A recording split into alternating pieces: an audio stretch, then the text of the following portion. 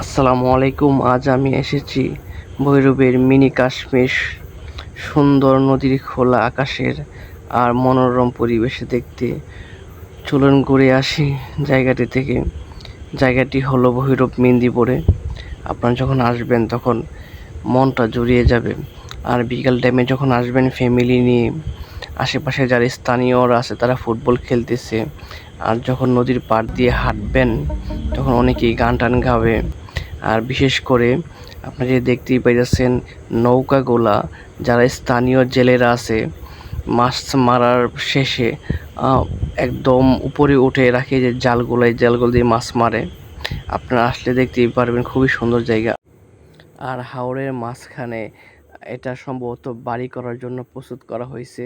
আর আপনারা যদি চান একদম হাওরের মাঝখানে চলে আসতে পারবেন, এরকম অটো নিয়ে ফ্যামিলি নিয়ে ঘুরে যেতে পারবেন। খুবই চমৎকার একটি জায়গা।